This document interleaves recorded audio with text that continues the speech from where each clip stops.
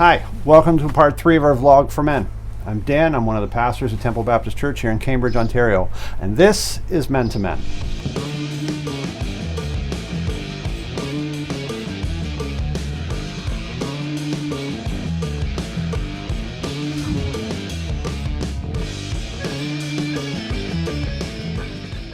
To Men is rooted in the Bible, and the message comes clearly from a verse in Proverbs, chapter 27, verse 17. It says this: as iron sharpens iron, one man sharpens another.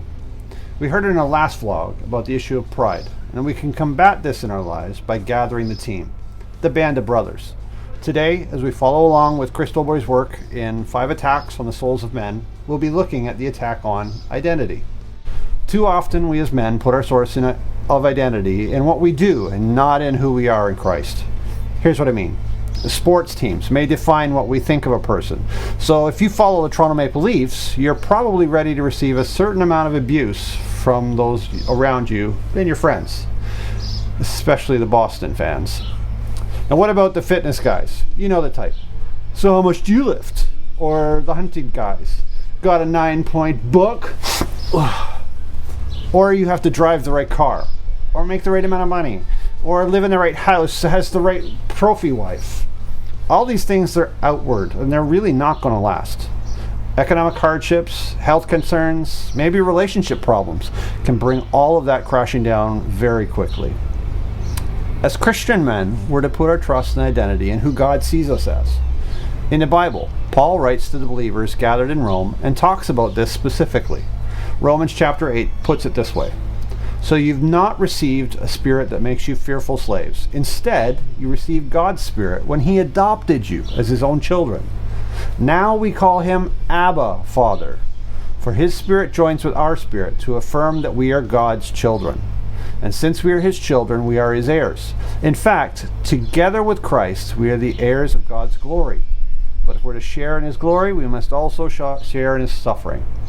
Now this verse talks openly about being the child of God. Uses language like adopted, brought into the family. We are actually co-heirs with Christ, and that means the glory of heaven is our inheritance. God's our Father, and Jesus is our brother and our King. You are not a slave to the sin that wraps around you. We are set free. Paul writes in another letter to the churches in Galatia, in what's now modern-day Turkey.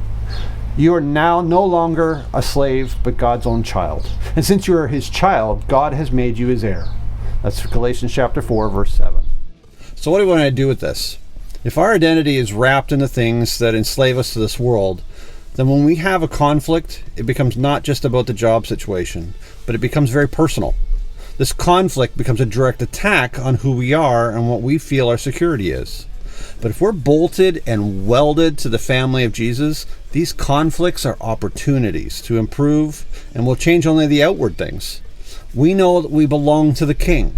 He calls us His. Chris Dolboy puts it this way: we know that through Christ we are already fully approved of and have no need to look anywhere else for it. Let's build on that this week. Connect with your band of brothers. Know that you are not the things you do, but you are the son of the King. That's it for now. I'm all in. And this was Men to Men.